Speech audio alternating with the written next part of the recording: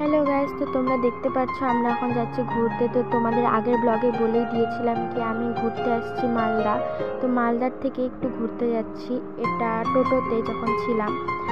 দেখতে পাচ্ছ এখানে অনেক লোকজন এই মেলাটাতে। তো এই যে তো ব্লগ করতে করতে বৃষ্টি নেমে গেছে, তোমরা ভিডিওতে বুঝতে পারছো না কিন্তু অনেক জোরে জোরে বৃষ্টি হচ্ছিল। দেখো গাইস কত ভিড় এখানে, এই মেলাটাতে অনেক লোকজন হয়। তো এই মেলাটার নাম হচ্ছে মালদায় রামকেলি মেলা। তো তোমরা কে কে গেছো অবশ্যই কমেন্টে বলো। এই দেখো এখানে একটা মন্দিরটার ভিতরে এতটাই ভিড় ছিল আমরা যেতে পারিনি, তার জন্য মন্দিরের বাইরে থেকে ভিডিও করা হয়েছে। আর এখানে একজন দেখো কৃষ্ণ সেজে দাঁড়িয়েছিল।